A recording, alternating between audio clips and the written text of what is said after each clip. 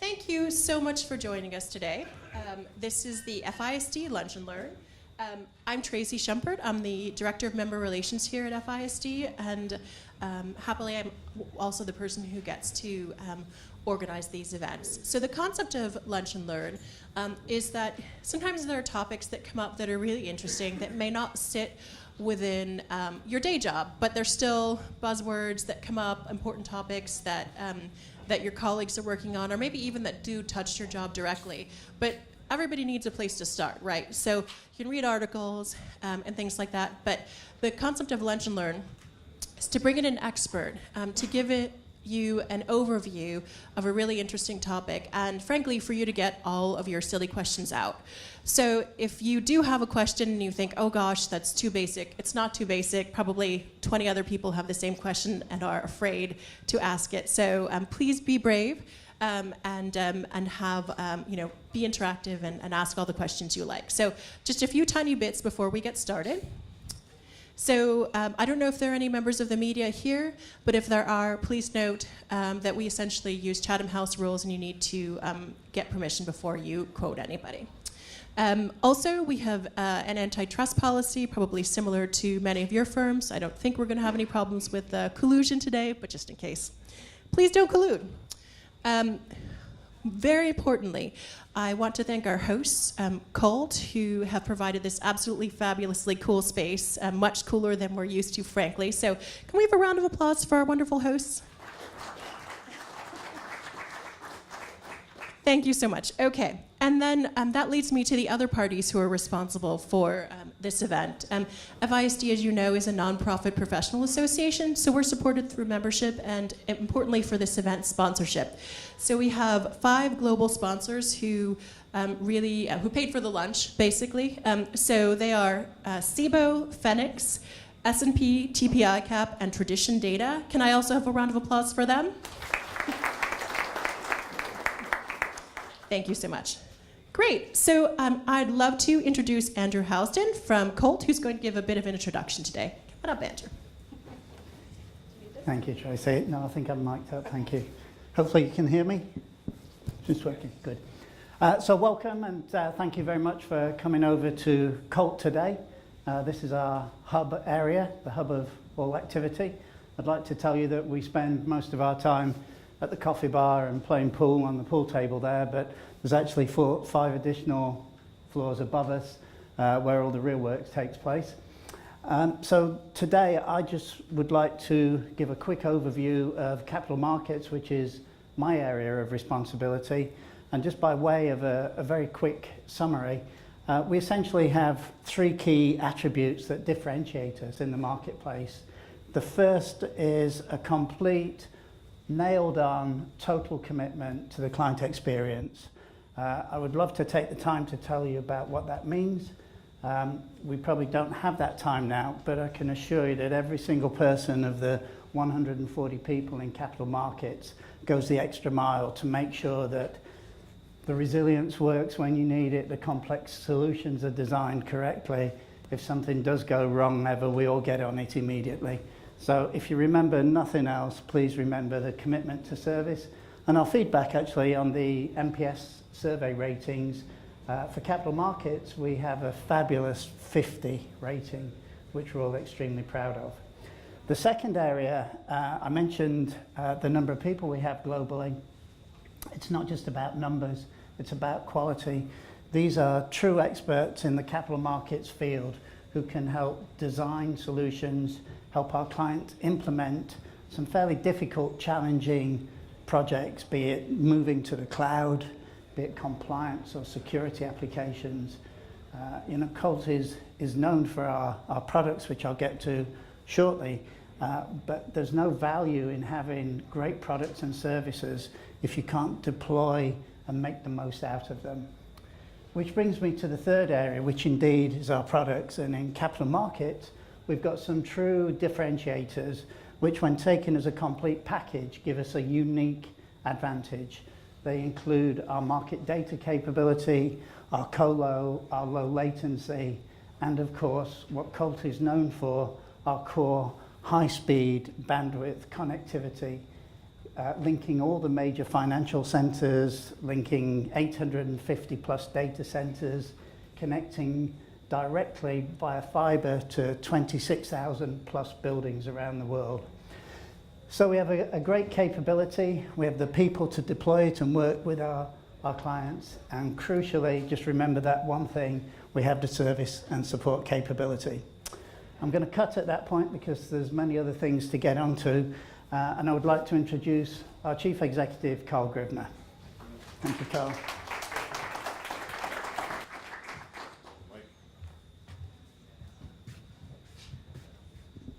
Hello and welcome. It's a pleasure having you all here today.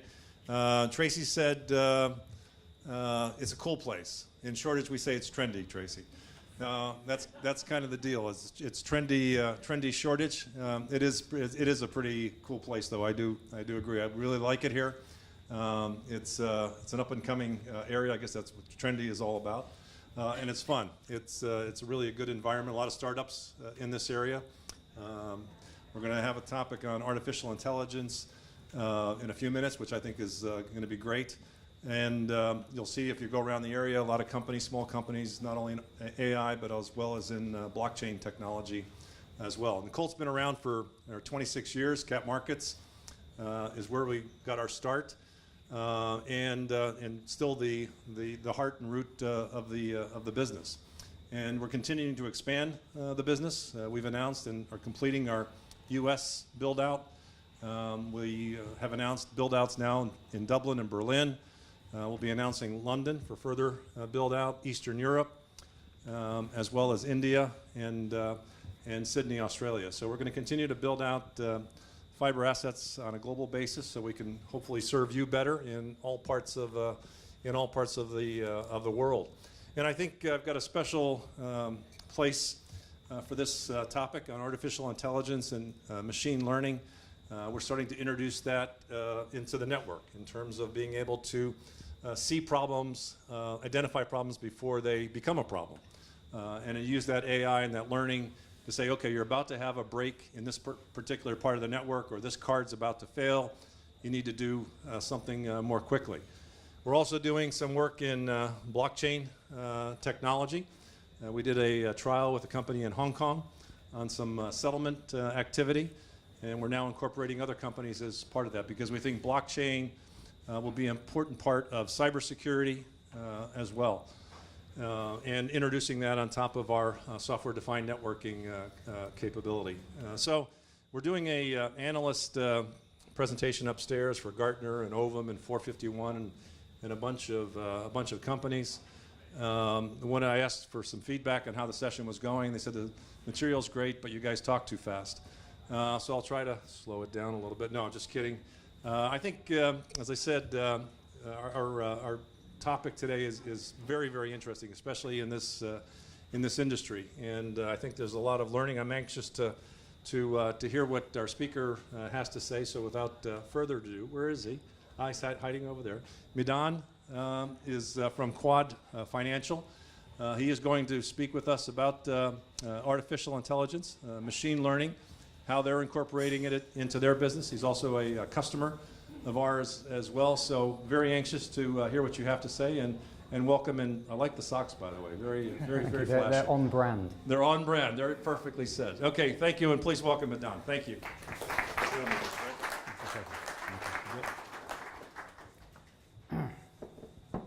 You can all hear me okay? Brilliant. First of all, thank you very much. It's a pleasure, it's an honor to be here. Special thank you to the FISD for inviting us, to Colt for hosting us.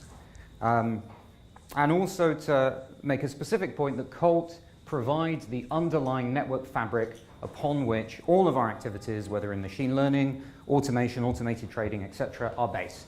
Without Colt, we can't do our job.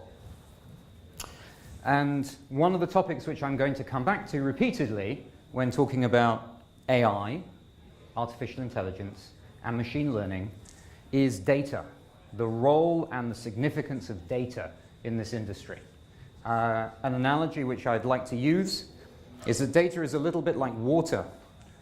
A lot of people think of it as this ethereal element that can simply be consumed But actually, data is a physical entity that has to be moved, it has to be managed, it has to be stored, it has to be delivered.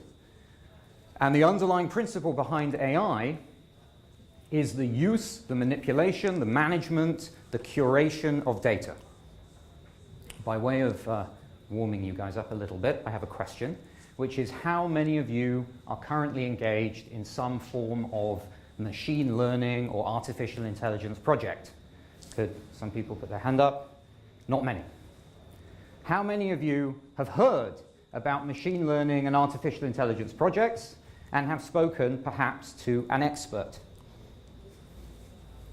I was introduced as an expert, and I just want to be very clear.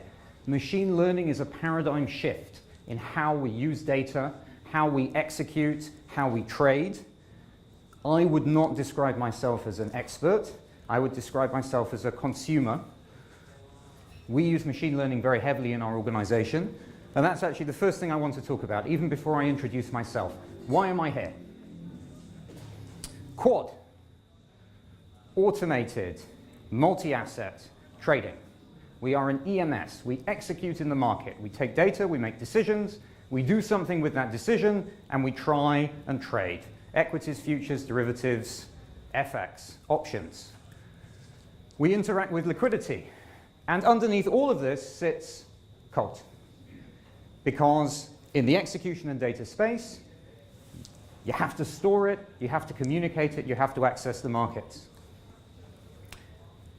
Part of the reason that I'm talking to you today is because as a vendor, we're in a very unique position where our clients, tier 1 banks, tier 2 banks and brokers, buy-side, prop trading firms, asset managers, see us as a neutral party. We face all of their problems, and they come to us afraid, often, of what AI and machine learning will do. They don't understand what it means, what is the impact on their business, and part of that is our role. It's to understand, as a focal point for this technology, what we can do. So first of all, I want to say that for everyone here who really doesn't get what is this AI ML, my goal today, and I'm going to come back to this, is to give you enough of an understanding that if someone stands in front of you and says, you can solve that problem using machine learning, you can say to them, I'm not really sure that's how it works. Let's think about this in detail.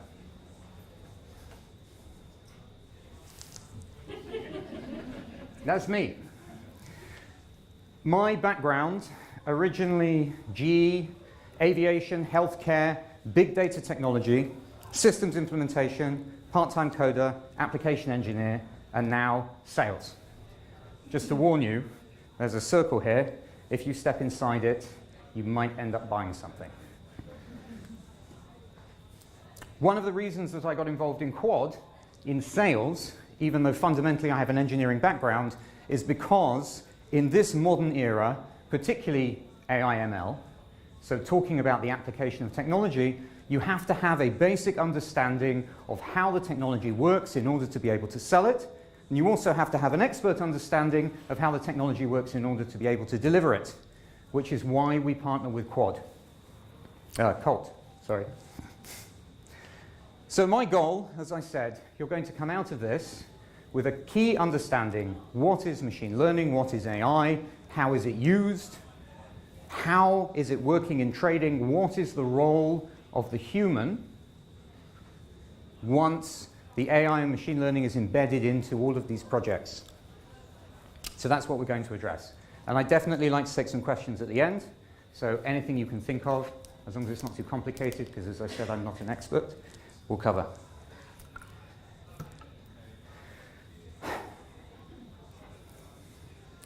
The only way you can really understand machine learning is to understand a little bit about how we got here. Every 10 years, there is a paradigm shift in technology. We started with the decentralization. So computers in the 90s were mainframe. No one had a computer at home.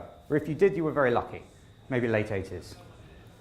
With decentralization, the PC age, computers came to everyone. Everyone could afford and access a computer with which they could start generating their own information. 10 years later, we enter the internet age. democratic access to the data that people had been producing for the last 10 years. What was the first global phenomenon that came with the advent of the internet age? The search engine.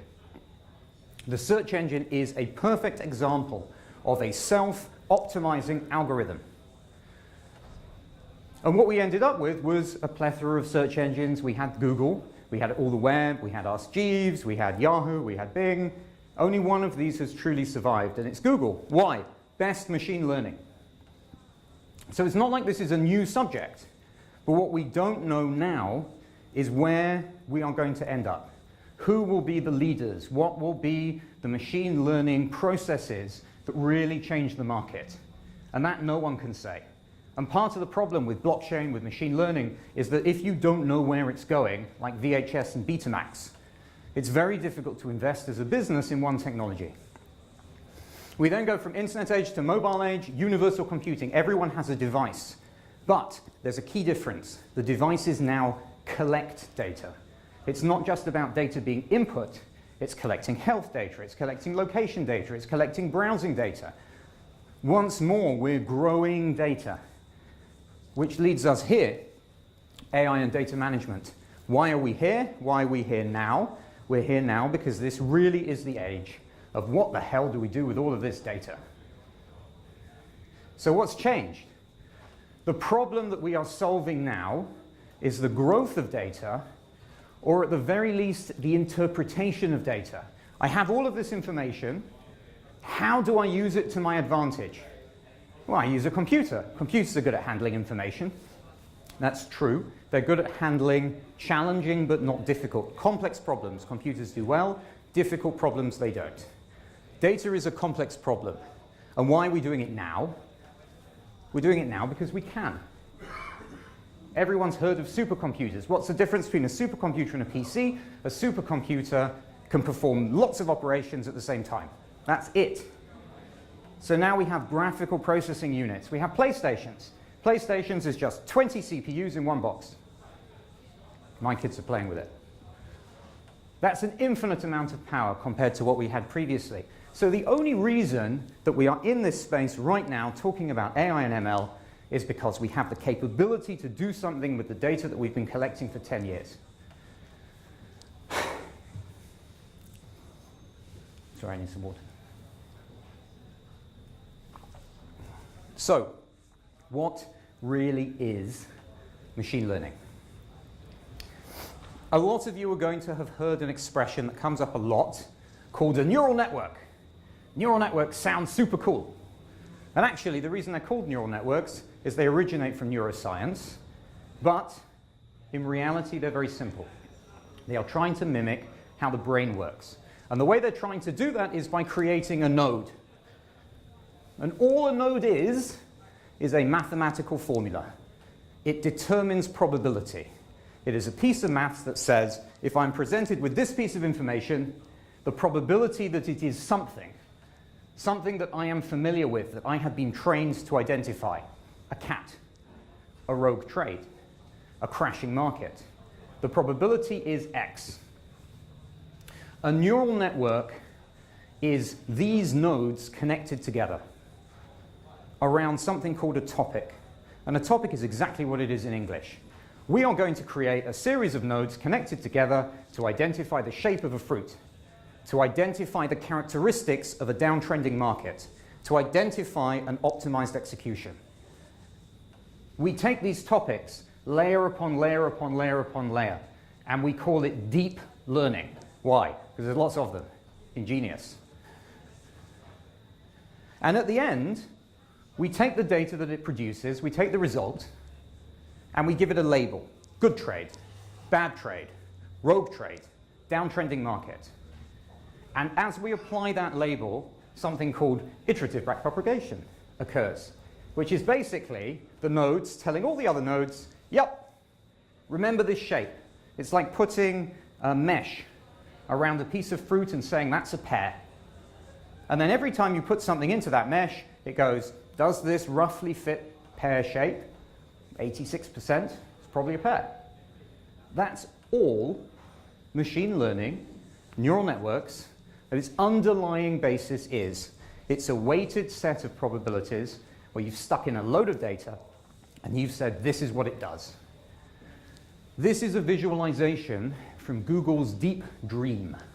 So Deep Dream is a system of image identification, and the purpose was to try and identify what exactly is the AI doing. And what the AI is doing, the machine learning algorithm, the neural network, is it's looking at edges, textures, patterns, parts, objects. Each topic, it's trying to establish a probability. And once it's got a series of probabilities of all of these topics, it makes a decision. This is a cat, this is a car, whatever it is. One of the things I really, really want to address is computers think fundamentally differently from how we do. And this is the benefit, but it's also the hazard. If you're thinking about how machine learning can be used, and let's just look at something like handwriting recognition. We've got a 1, we've got a 2. To us, there's a series of rules around how we identify a 1 versus a 2. So if I just very simply point out there's a lot more light in the 1 square than in the 2 square. In fact, the only two numbers that have about that much light are a 1 and a 7. So if I've got 6% darkness in my square, it's definitely not an 8, a 9, a 10, a 12.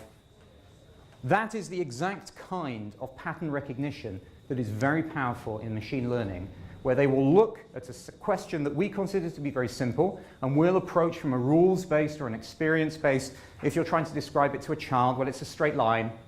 Sometimes it's got a dash, sometimes it's underlined. You're trying to build these rule sets. The machine doesn't do that. It doesn't care that it's a 1. You label it at the end. It simply identifies all of the properties of this, and then once you look at it again in the future, it says, probabilistically, I'm seeing a 1.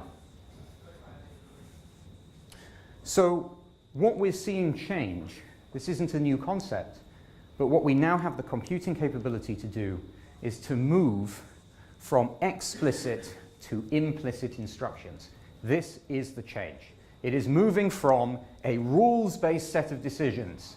Do this in this circumstance. Oh, no, here's an exception. Let's change it. Okay, do this, but not this, if this. What has constrained computers has been the innovation of the programmers in adding exceptions. And what we're moving to is the implicit outcome.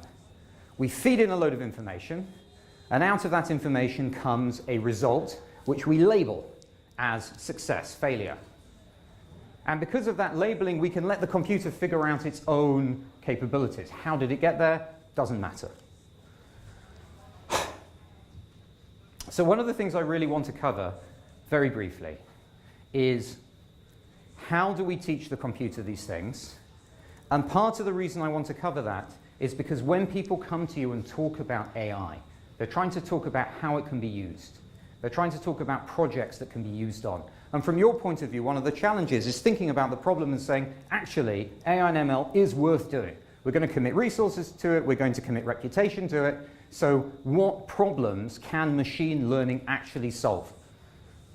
So just quickly looking at the learning types. First of all, we have supervised learning. So in supervised learning, we take a massive amount of data, we curate it, we make it absolutely perfect for the task that we're looking for. Here are all of the good trades, here are all of the bad trades, here are all of the trades that could be involved. And we give it to the computer, and the computer looks at that and it tries to find patterns. The second technique is unsupervised learning. So this is where we give it a load of data, we don't tell it whether it's good or bad, and it tries to find something hidden within it. Very good for surveillance. Semi-supervised learning, so this is you label some, and then there's a load of other data that's unlabeled, and you're trying to match the two together. And finally, we've got reinforced learning. And this is probably where AI is going to start, mostly in execution. Reinforced learning is the way they trained Deep Blue, the chess computer.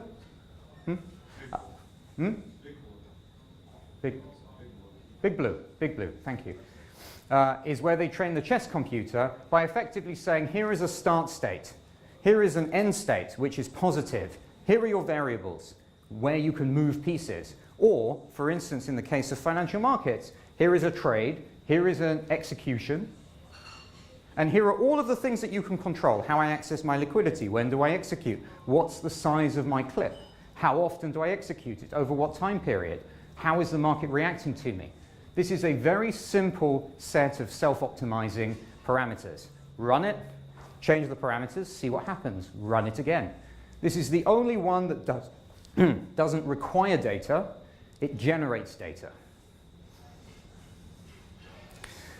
So I think we're going to give these slides to people as well, separately. But one of the things that is worth taking away is when people come to you and say, I am thinking of doing an AI or machine learning project, how do you control the idea? How can you actually help them embark on that? And these are the questions. What are you trying to do?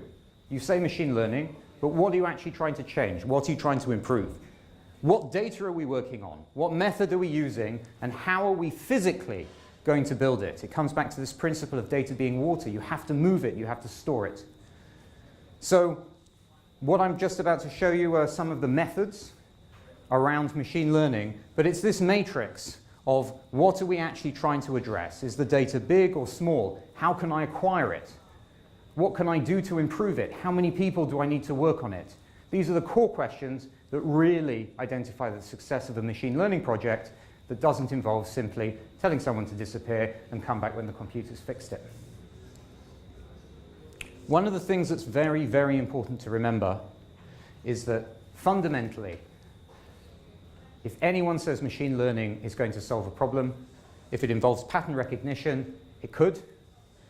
If it involves anything that is new, anything that is changing and requires common sense, anything that requires context, machine learning will not deliver at the moment. And this is the shift between computer and machine, where we're heading to. It's that understanding of intent. I did that trade, and that trade is good because that doesn't mean the rules that the computer is using to identify it match the intent of the trader.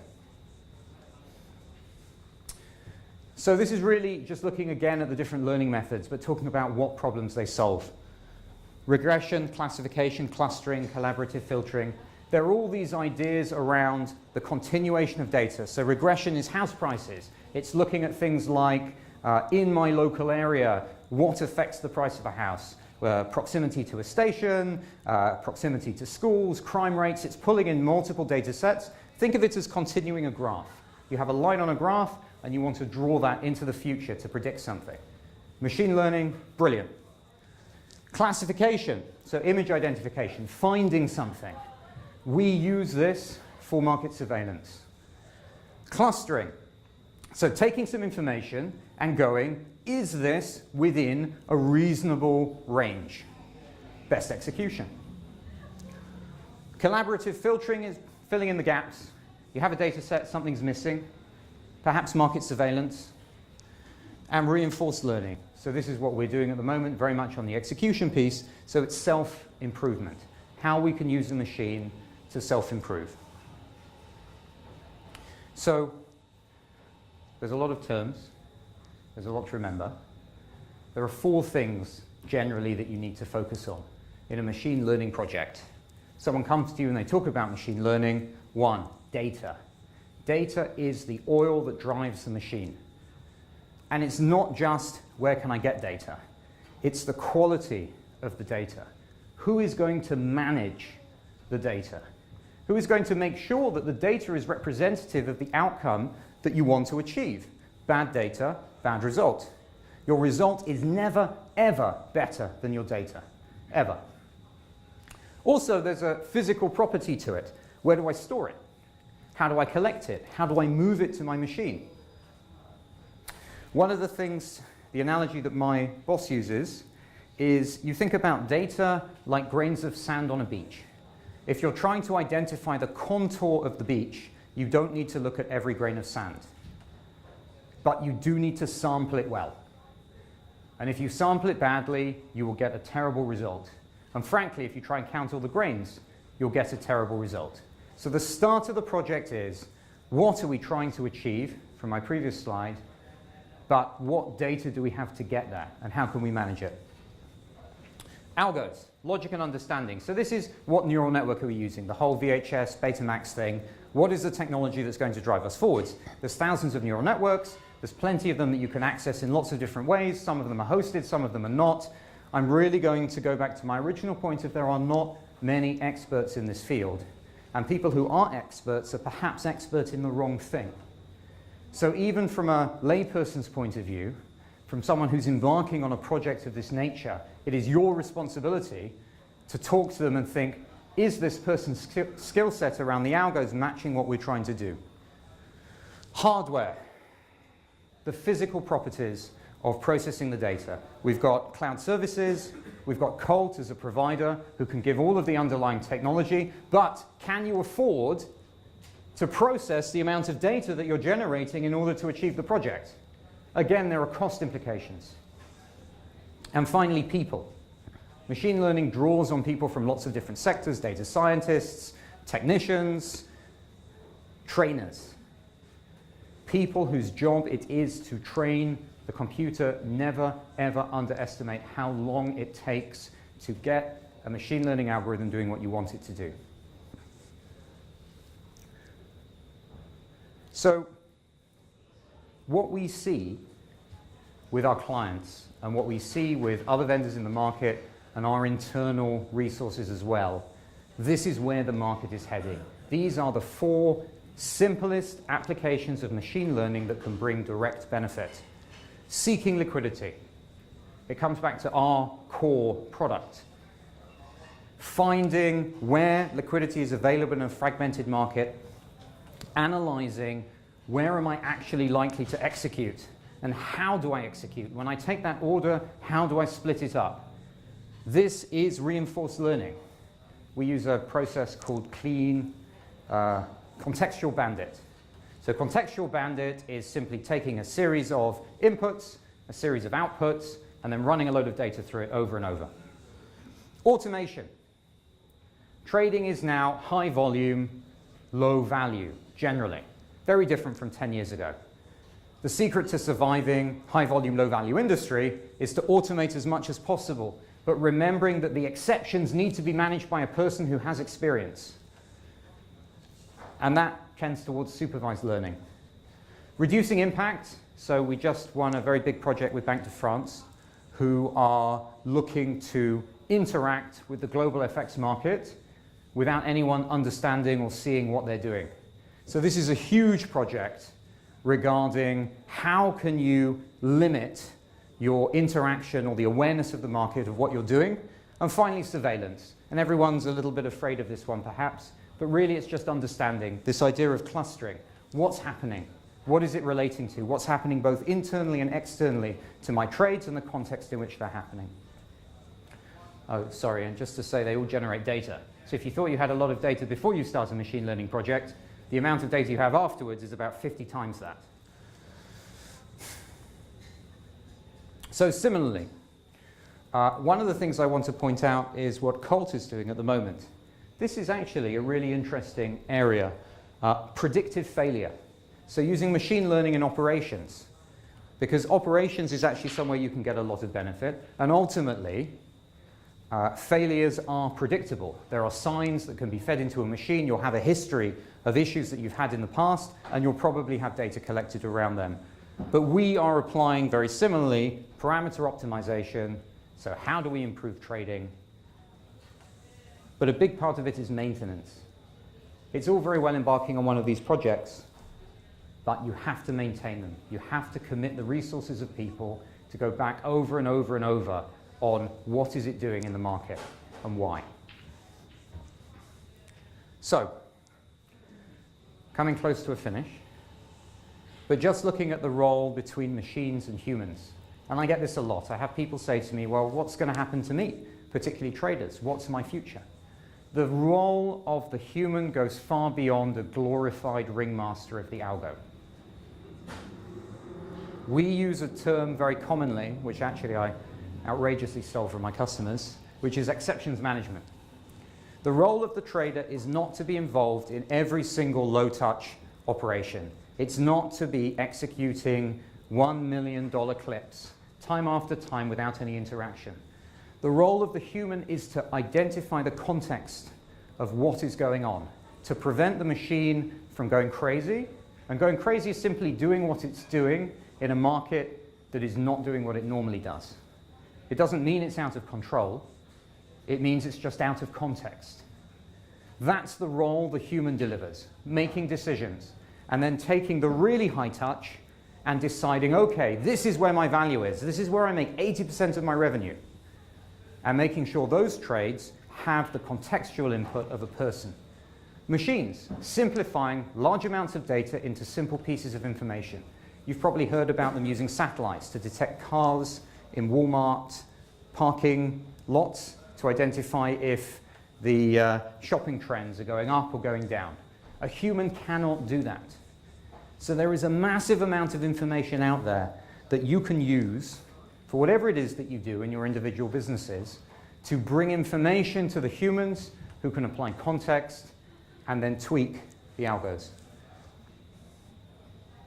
So, right now, AI, machine learning, is a very immature space.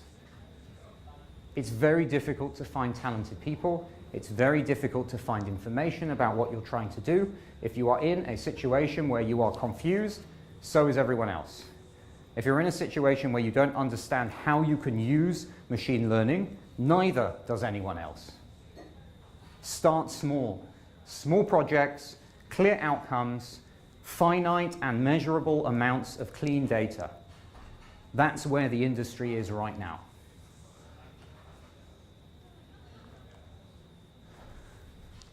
And this is my most important statement, which is the true power of AI and machine learning. What we're actually trying to do is not to take away functions.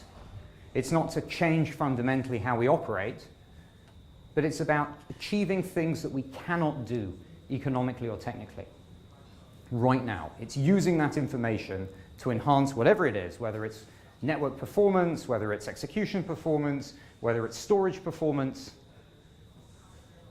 But the impact will be huge. It's just unfortunately no one's in a position to really understand what that will be. So that's it. Does anyone have any questions? Easy questions. Does anyone have any easy questions? Sorry, I had a first hand. Hi, it's Monica Somerville with Tab Group. I was speaking to someone from a bank who does AI, and he was saying that it's taken a while for capital markets to really find a way to use AI because the AI that we need, what he said we need to use, is slightly different than what the Silicon Valley AI is. I'm just wondering if you've heard that before, and if you've had any thoughts on, is there different types and flavors, and is there something unique about capital markets that meant we've got to find our own way? So, yes and no. You can tell I'm in sales. Yes, of course, there's something unique about every individual industry. No, not really, in that if you take any kind of AI decision making, we were speaking about neural networks. This idea that you are running something through a process, you're saying this is good, this is bad. If you use an image recognition neural network to run through trade optimizations, it will actually come out with results that are optimized. You can do it, because again, it's just coming down to the maths of it saying, here's good, here's bad, what were your topics? How were you grouped to make a decision? I definitely think there needs to be some investment in creating these topics, these groupings of decisions that are focused on execution. So yes, there will be an enhancement of machine learning optimized for capital markets, but there is also a lot out there at the moment that's very usable. And I think people are often quite non-committal because they don't want to say, well, this is the method, and then 3 years down the line, for no reason at all, and it might even not be as good, a completely different system has come up. I'm slightly dodging the question, but yes and no.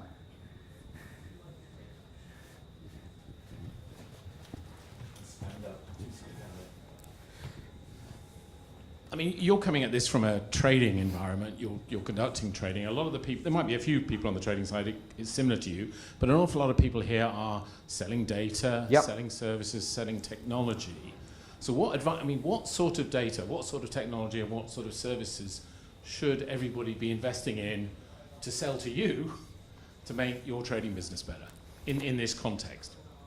So for the people who are consuming data, one of the things that we try and focus on is this idea of alleviating the decision making. We're receiving a lot of data, we're trying to process it, we're getting 100,000 updates a second from the market. Often, what's most valuable is something I'll term edge processing. So at the source of data, creating indices using machine learning that give me information about that data that mean I don't have to process it. So an example of something I read recently was cameras that can self-identify whether they're seeing a cat or a person. So where the context of AI fails is that the camera can't identify the intent of the person, but they can at least stop me getting alerts on my phone that it's seen a cat. So for data providers, one of the areas where you can do a lot with machine learning, a lot with AI, is a pre-processing, making sure the data's clean, making sure it's available, making sure the underlying infrastructure, so again, pulling it back to Colt, around being able to deliver that data to me. But this idea of sampling, this idea of curating, and this idea of pre-processing to say, you know, this is a downtrending market, this is an indication of sudden change. That type of information is incredibly valuable to us as consumers of data, if that helps.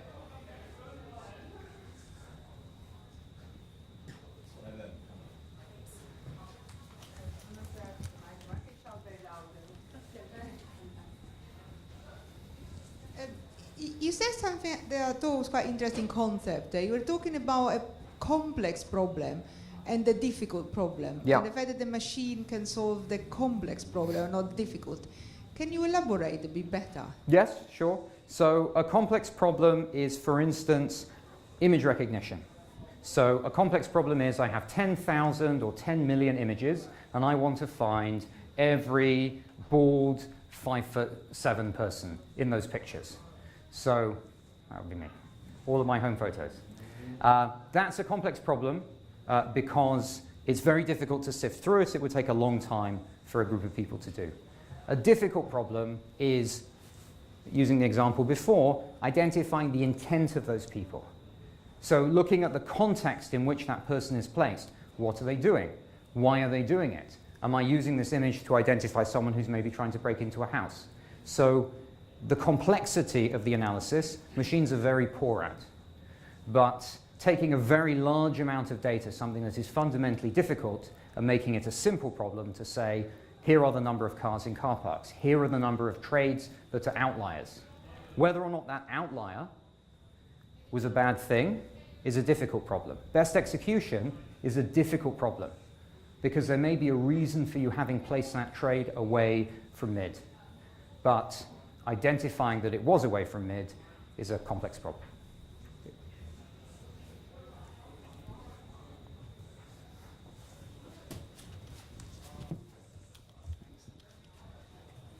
Unfortunately, the financial services industry has got a history of some rogue activities going on. My question is around sort of governance and control, because if somebody sets something up that a set of parameters are good, when actually they're not, they're bad, the machine learning would presumably reinforce that and say, correct, check these parameters and it's all good. So if for every trade, I don't know, a penny was being diverted into somebody's bank account and it was set up that that equals good, how do you control machine learning? How do you check that the parameters are indeed the right parameters? This is exactly the role of the human. There's no definitive answer to that. The answer definitely isn't to then use a different machine learning to analyze the first machine learning. That is not the right answer. In a talk that I was at maybe 6 weeks ago, I heard an example of someone who used a parameter in Amazon to price a book. Someone was also using a parameter to price a book based on interest, And the two algos ran against each other until the book made the news headlines for being approximately $23 million for the book. So there's some point when a person looks at an activity and says, that's just not right. The context of what's happening is not right. That machines won't. There's no easy answer to that. Properly implementing change, properly managing the data, making sure the structure of what you're doing is set up to assess every decision that's being made in a meaningful way. I mean, it's this oversight that obviously decisions are much quicker in machine learning, so the oversight becomes much more important. And actually the advent of MiFID, we've been MiFID compliant for a long time, but the microsecond timestamping, the reporting has brought a lot of benefit to at least structurally being able to analyze data. Unified timestamping is a huge part of that. So the industry is moving towards it a little bit, but it's exactly that you need to think about. There is no answer. Try very hard.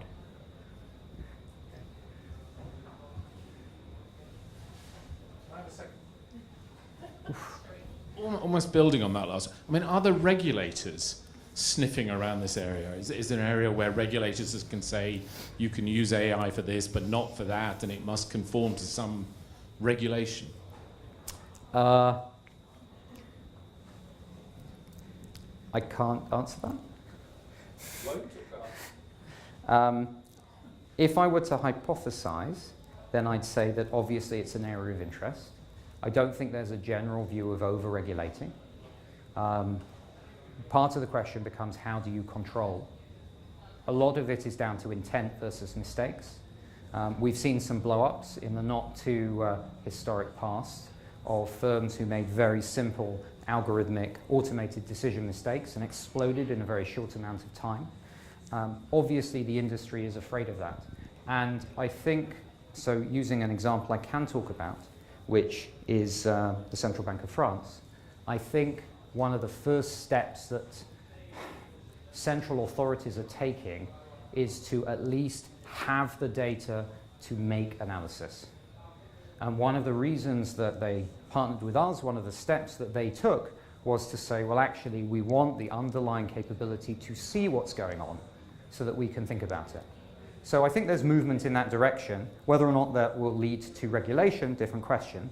But certainly people are aware that observing the market is much more important. Perhaps you're consulting to a regulator or two as you refuse to talk about it. I'm going to hide behind this sheet if anyone asks. Are there any other questions? If there are no questions, you were right. It's Big Blue was the chess computer. Big Blue was the nickname for the company because they painted their computers blue in the 60s. Ah, fantastic. Thank you.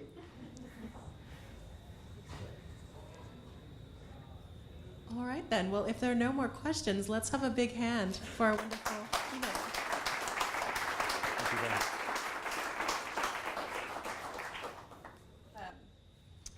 Wonderful. Okay, I will be super brief. If you'd like this event, please let us know. You'll all get a thank you note that has a brief survey at the end of it. We very much take your opinions into consideration when we are trying to come up with topics for the future, so please do let us know what you think. Another big thank you, I'll go through this quickly, but again, our wonderful sponsors, SIBO, Fenix, S&P, TPI Cap, and Tradition. And most importantly, can I have a round of applause rather for our host, Colt. Thank you guys so much. Ooh, one more word. I just wanted to say very briefly, I've actually left some business cards here, but we're releasing a white paper pretty much covering the same presentation that we did as a result of this invitation. So that will come out hopefully towards the end of this month. But if anyone's interested in having a text version of what I covered, then it's available. So. Great, and if you forget a card, just email me and I'll get you in touch with Meaden. So that's the end. But what I want to say is at the beginning, everyone's always polite, doesn't take too many sandwiches. All of that food is left over. Eat it, enjoy. We have about a half an hour of this room booked. So chat with each other, ask Meaden questions. If you need anything, just let me know. And thanks again for coming.